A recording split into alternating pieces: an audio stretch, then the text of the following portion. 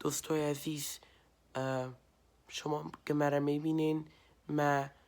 گلندر دستم و سبا هیچ مکتب نمیرم و سبا باید در خانه باشم، به خاطر که باز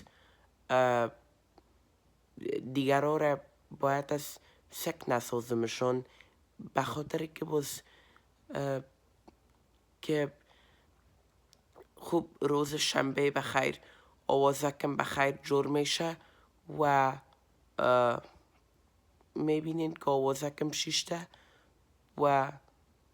مادر یک سر دوا داد تا ای که جور شوم و دیگه باز هر وقت که آوازم جور شد باز من باز کنسرت میتم و